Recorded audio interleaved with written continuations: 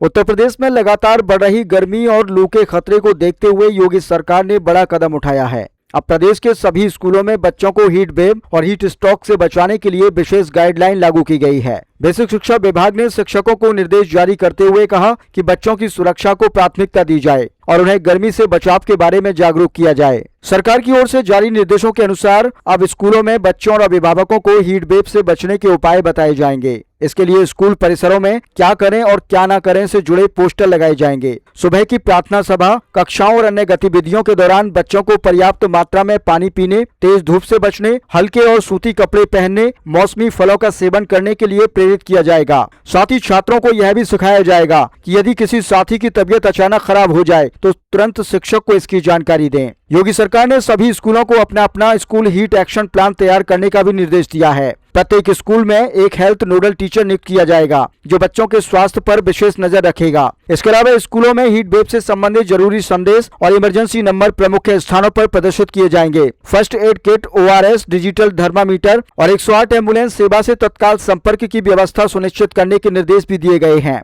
guideline में यह भी स्पष्ट किया गया है कि